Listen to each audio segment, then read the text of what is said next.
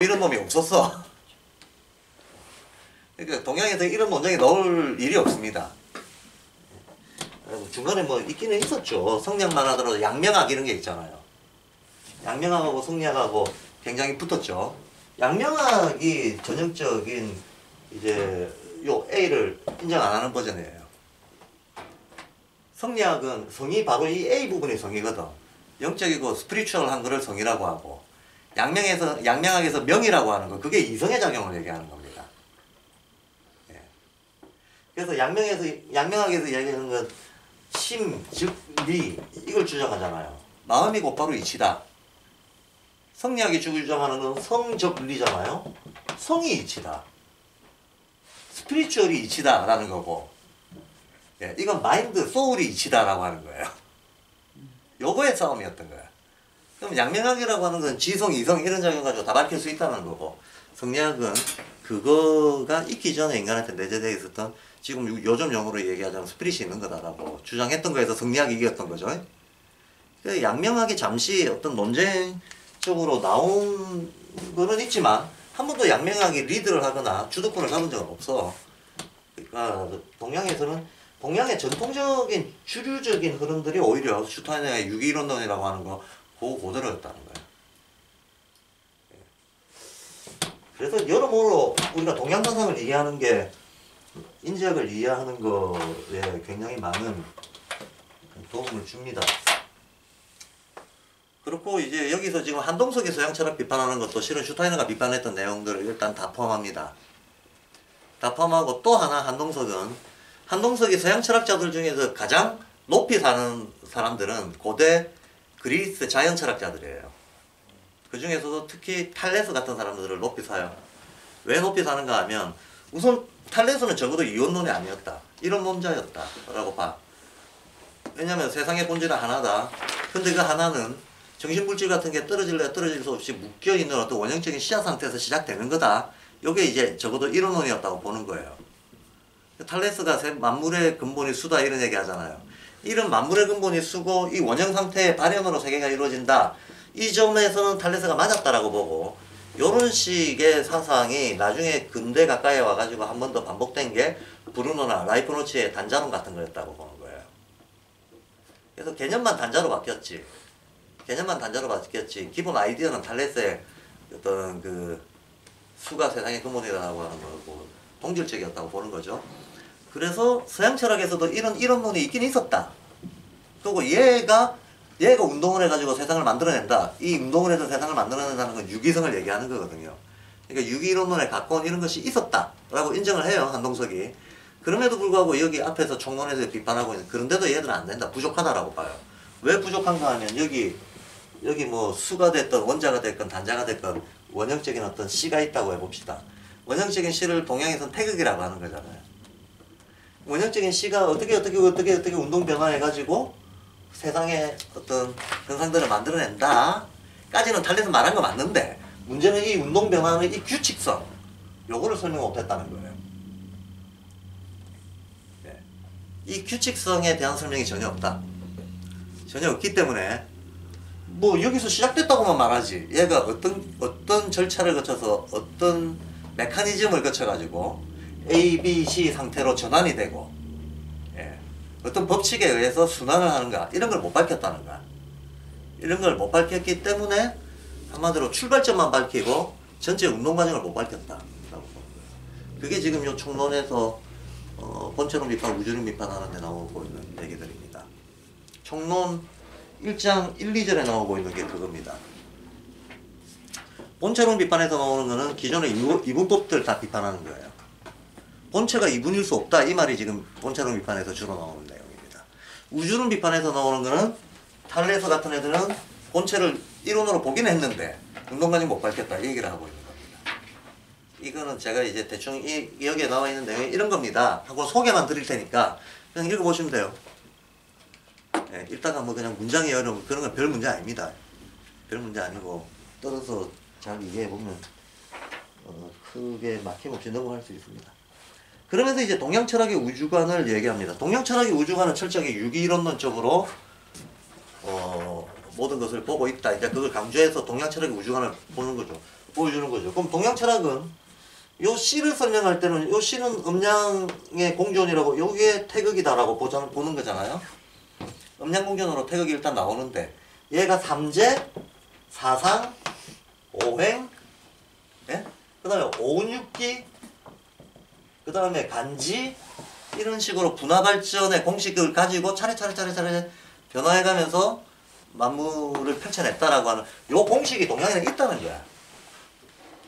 예, 이 운동의 어떤 법칙을 동양은 규명했다는 거야. 그래서 탈레스나 라이프니츠 같은 애들하고 비교할 수 없이 훨씬 동양이 한 발 더 나간 사상을 가지고 있었다라고 보는 거죠. 그러니까 탈레스 라이프니츠는 요걸 못 밝혔다는 거예요. 요걸 못 밝혔다라는 겁니다. 오행 앞에 뭐예요? 오행이랑 삼재 사이 뭐예요? 삼재, 사상, 오행, 오운육기, 십간 십이지. 사상이 뭐예요? 봄, 여름, 가을, 겨울. 태소, 음양, 태양, 태음 하는 거 있잖아요. 예.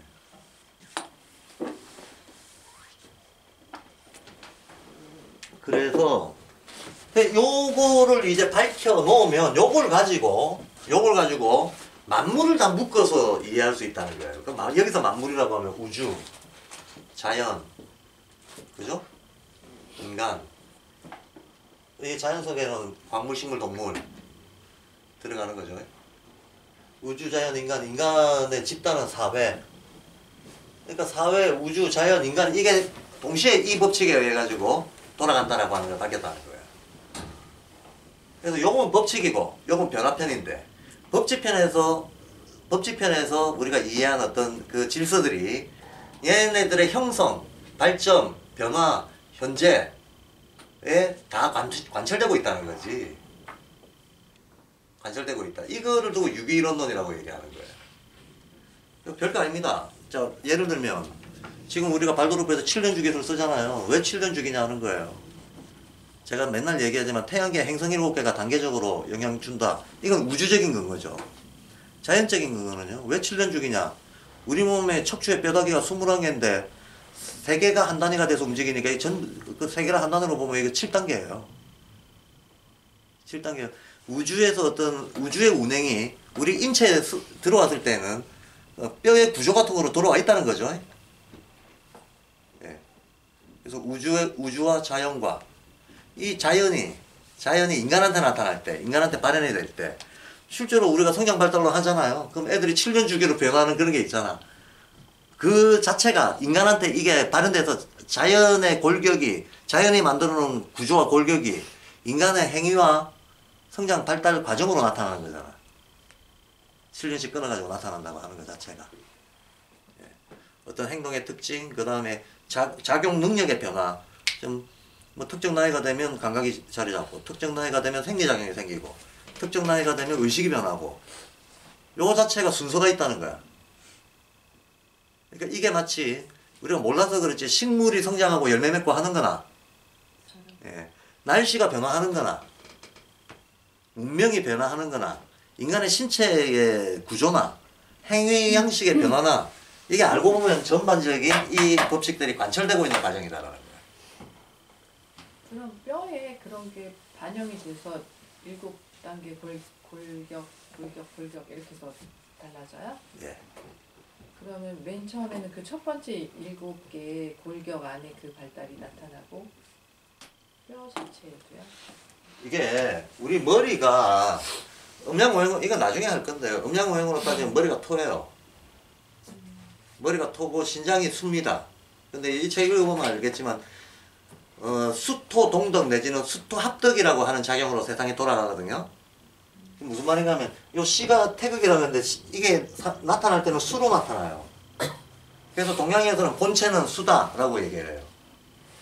본체는 수다. 근데 얘들을 돌리는 동력이 있을 거 아니야. 그 동력은 토로 봐요. 그러면 토가 운동 변화를 이끌어간다. 예, 존재의 본체는 수고 이 수의 변화를 토가 이끌어간다라고 보는 거죠. 그런 의미에서 수토 동덕, 수토 합덕. 예. 자, 두 개의 단어를 다 쓰는데 수토 합덕이라는 건 화학적인 결합을 얘기하는 거고 수토 동덕이라고 하는 건 물리적 결합을 얘기하는 거예요. 근데 변화의 어느 단계에서는 물리 결합을 하고 있다가 그 다음에 전환 단계에서는 화학결합을 하고 이렇게 이제 변화가 일어날 거 아닙니까? 그래서 세상은 수토동덕에 의해서 돌아간다. 뭐 이런 표현을 쓰게 된다는 거죠. 근데 우리 인체도 마찬가지예요. 우리 인체의 토에 해당하는 건 위장하고 머리인데, 위장하고 뭐 일단 머리만 얘기해 봅시다. 그 머리에 토가 있어요. 이 토하고 직결되어 있는 게 신장이에요. 우리 몸에 골격을 이루고 있는 게 저기 척추잖아요. 척추가 시작되는 곳이 신장 위에 명문혈이 있는 여기서 척추가 시작이 돼요. 명문혈에서 시작돼 가지고 두개골에서 끝나게 돼 있어요. 뼈가 척추뼈의 발달이 두개골에서 끝나게 돼 있고, 신장 밑으로 조금 더 늘어져 가지고 여기가 신장이 있는데 얘 명문혈이잖아요. 그럼 여기서부터 여기까지가 그게 여기예요. 이게 14단계가 있어요. 매듭이 14개 있다고. 척추 나는 의학을 한 사람이 아니라서 어디서부터 1번이라고 하는지 모르겠어. 1번, 2번, 3번 순서는 해부를 해보면 나오겠지. 하여튼 14개 있어. 14개 있고, 근데 요 신장이 양쪽에 콩팥이 있잖아요. 이 콩팥이 한쪽이 수의 기능을 맡고 한쪽이 화의 기능을 맡고 있어요. 그럼 이 두 개 합해놓으면 이게 바로 태극이죠. 이게 수예요. 이게 바로 수토 동덕이에요. 수토 동덕. 수토가 같이 우리 전체 몸의 주유를 끌고 가고 있다. 근데 이게 왜 이러냐? 우주 자연이 그렇게 돼 있으니까. 우주 자연이 그렇게 돼 있으니까. 태양계에서도요. 태양이 여기 있습니다. 쭉 제일 바깥에 뭐 있습니까? 토성이 있어요. 제일 바깥에 토성이 있습니다. 토성의 공전 주기가 제일 깁니다. 그럼 제일 안쪽에 뭐 있습니까? 수성이 있어요. 요 사이에서 모든 일이 벌어지는 거잖아요. 이해되시죠? 요 사이에서 모든 일이 벌어지는 겁니다.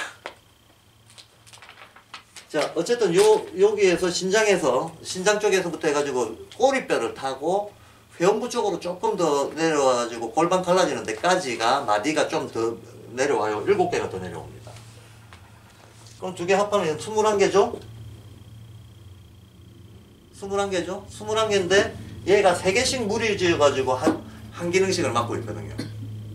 그럼 전체를 다시 3등분하면 7개로 나뉘잖아요. 요게 인도 요가의 차크라론이에요.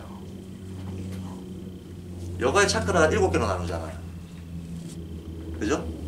7개로 나누고, 그 뭐 어느 차크라에서 꽃잎이 몇 개 피고, 뭐 어디에서 16개, 12개, 그 고차세계 인식으로 나오는 길에 나오는 그 후두부에서 연꽃이 16개, 심장에서 연꽃이 12개라고 하는 게 어떤 차크라를 사람이 인식했을 때 그 차크라와 연결되어 있는 장부의 연결선의 가지수가 10몇 개다, 12개다, 16개다라고 얘기하는 거예요. 그 말은 동양식으로 얘기하면, 동양에서는 이런 어떤 자기 몸의 신경과 혈기, 기혈의 움직임, 이런 거를 내관을 통해서, 내관이라고 하는 건 명상이죠. 내적 관찰. 명상을 통해서 이 사람들이 알아냈잖아요. 근데 동양은 뼈 중심으로 알아내려고 한 게 아니고, 동양은 뼈 중심으로 알아내려고 한 게 아니고 경락과 경혈 중심으로 알아내려고 했습니다. 뼈는 그냥 골격이고, 그죠? 근데 우리가 사지를 갖추고 있는데 골격이 다가 아니고 신경감각이 온데 돌아다니잖아. 그 신경이 돌아다니는 데를 그 노선도를 경락이라고 하고, 그 노선도 안에서 기운이 모였다 흩어졌다 하는 어떤 포인트들이 있거든. 그걸 경혈이라고 해요. 우리 몸에 12개의 경락이 있고, 앞뒤, 정중앙의 앞뒤를 이루고 있는 2개를 더해서 14경락이 있습니다. 12정경 14경락이라고 얘기를 해요. 14개의 경락 속에 총 360개로 보기도 하고 80개로 보기도 하는데, 60개가 정설이니까 대략 360개 정도의 경혈이 있어요. 이게 또 왜 360개냐? 우주의 모든 운동은 원 운동이고 도수로 따지면 360도잖아요. 그러니까 표가 나는 어떤 포인트들이 한 360개 정도 된다고 보는 게, 우리 몸을 소우주라고 봤을 때. 우리 몸을 소우주라고 봤을 때 14경락에 360혈이 있는데, 14경락 360혈에 어떤 자극이 들어가면 어떤 반응이 나타나는 걸 이 사람들이 다 봤던 거야. 다 보고 쓴 책이 황제내경인 거고. 네, 다 봤습니다. 그러니까 인도 쪽에서는 이쪽의 움직임을 파악하려고 했던 거예요. 물론 이 움직임도 의미가 있죠. 이쪽에 어느 쪽이 활성화되는가에 따라서 장부에 뭐가 영향을 받는가. 이거를 파악하는 게 인도의 요가 수행의 가장 기본적인 초점입니다. 초점인데 이건 뒤쪽에 이게 기본 골격의 기능을 파악하는 것 중심이었다는 거고, 동양의 도가 쪽은 오히려 이제 앞부분과 전체를 파악하는 거야. 전체 움직임, 동적인 메커니즘을 파악하려고 했던 거예요. 그래서 경혈들이 다 있잖아. 경락도 있고.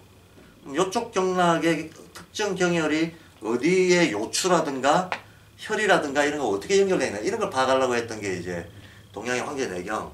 근데 이 황제내경에 기술되어 있는 것들을 어떤 신체 수련을 통해 가지고 파악하려고 했던 도교 양생인 거죠. 도가 양생. 그러니까 도가 양생은 어쨌든 이걸 어떻게 알 수 있는가 하면, 몸 안에 기라고 하는 게 있잖아. 기.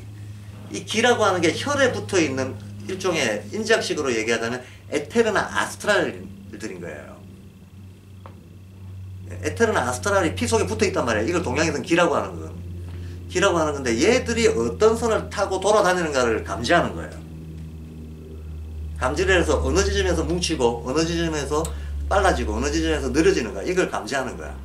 그래서 속도가 여기서부터 여기까지는 빨리 가는데 여기서 속도가 달라져. 시속 10km로 가다가 여기서부터 3km로 가. 그럼 전환 포인트가 있죠. 여기가 경혈인 거예요.